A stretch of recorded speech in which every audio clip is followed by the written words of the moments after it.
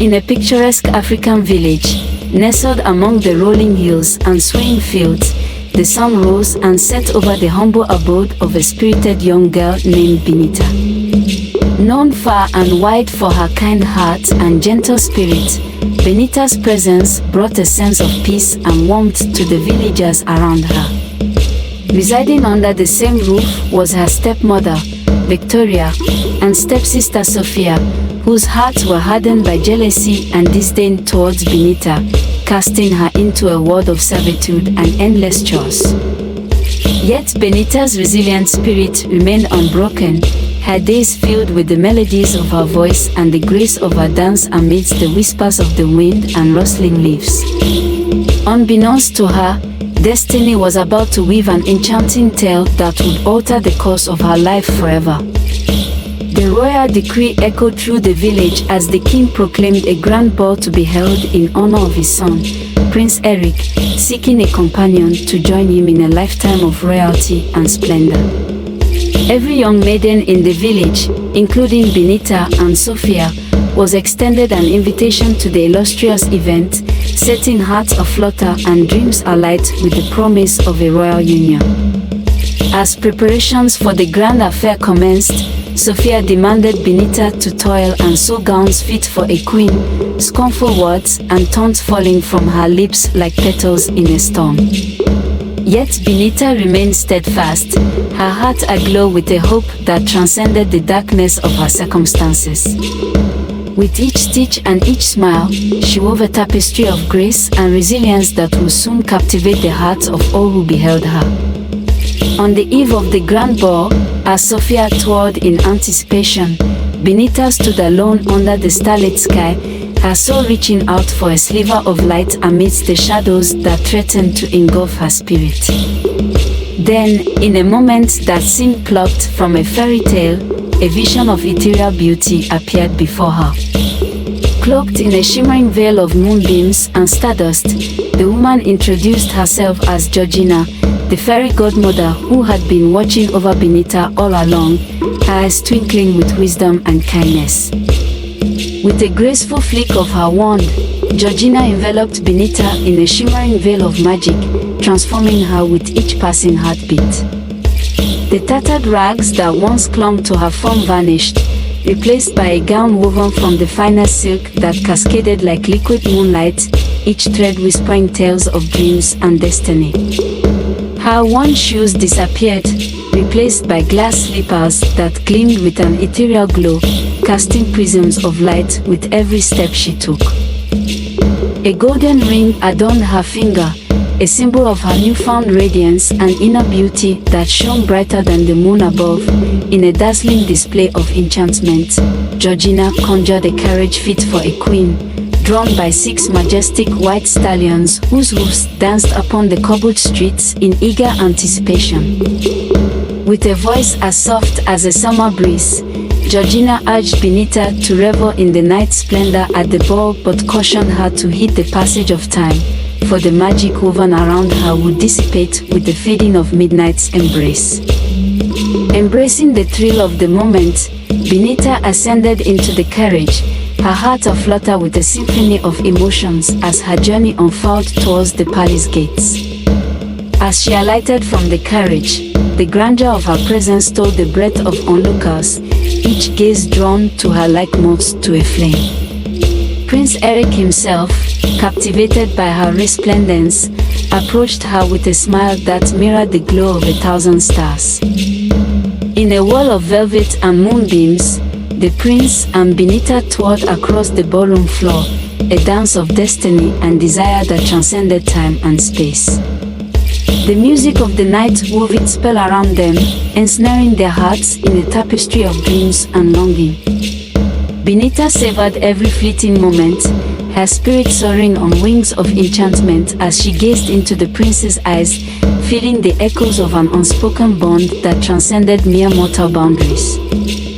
Yet as the chimes of midnight told their lament, Benita's heart clenched with the realization that her time in the prince's arms was destined to be fleeting. Remembering Georgina's warning, she bid the prince a sorrowful farewell, her golden ring slipping from her finger in her haste to hit the fairy godmother's caution.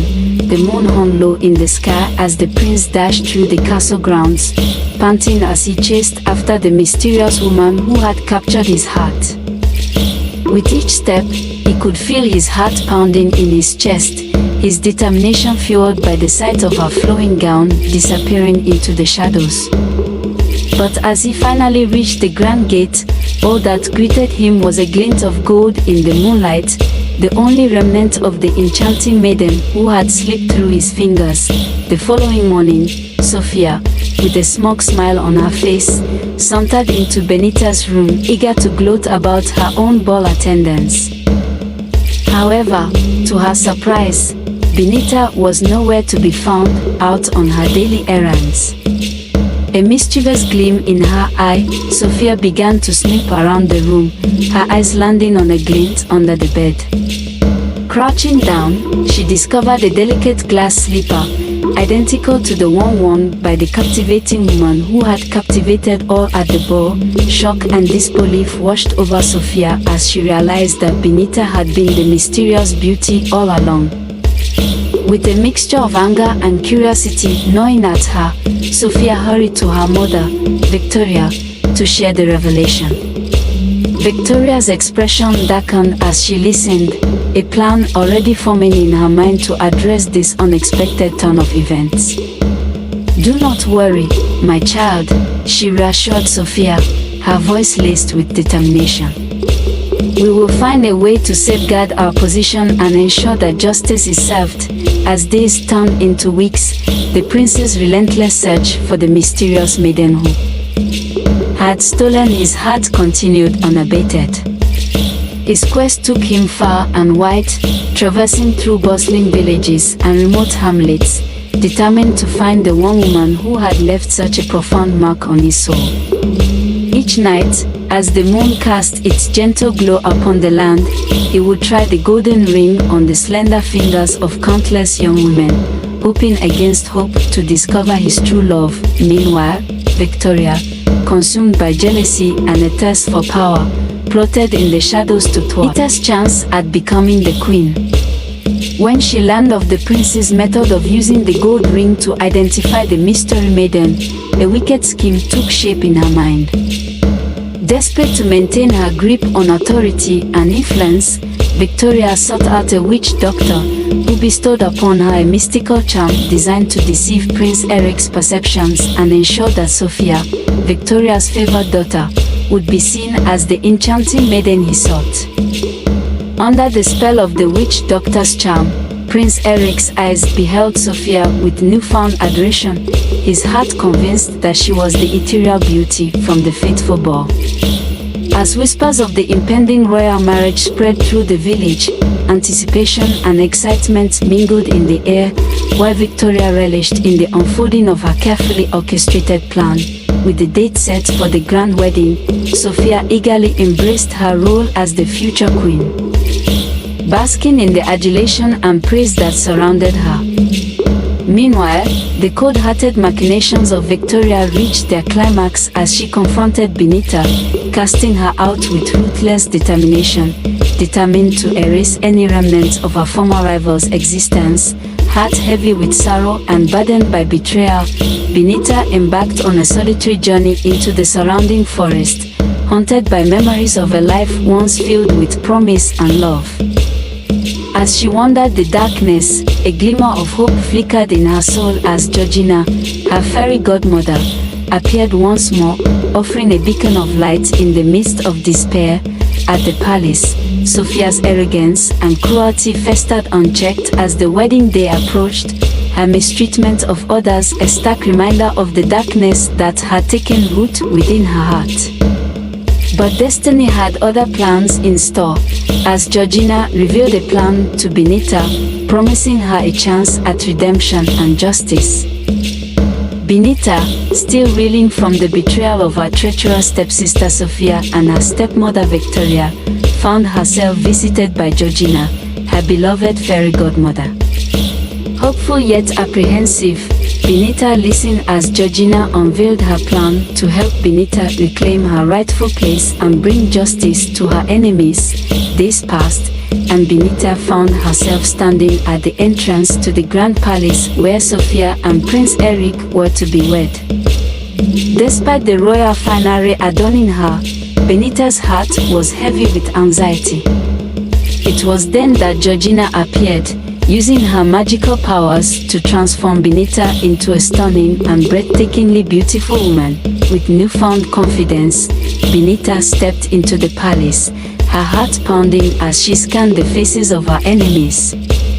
Victoria was the first to notice Binita and moved to intercept, but her efforts were fruitless. All eyes were upon Binita, and among the gazers was Prince Eric himself. As their eyes met, Prince Eric felt a deep sense of recognition and longing, and he knew that he had found the woman he had been searching for all along. But Sophia sensed a threat to her impending marriage and launched an immediate attack on Binita, accusing her of being a fraud. In a final attempt to prove her identity, Prince Eric produced the golden ring, but it did not fit Sophia's finger. The truth had been revealed, and Victoria and Sophia were swiftly banished from the kingdom, their deceit and treachery exposed. At last, Binita and Prince Eric were married, surrounded by the love and support of their families and friends. They embarked together on a journey of justice and mercy, ruling their kingdom with kindness and compassion.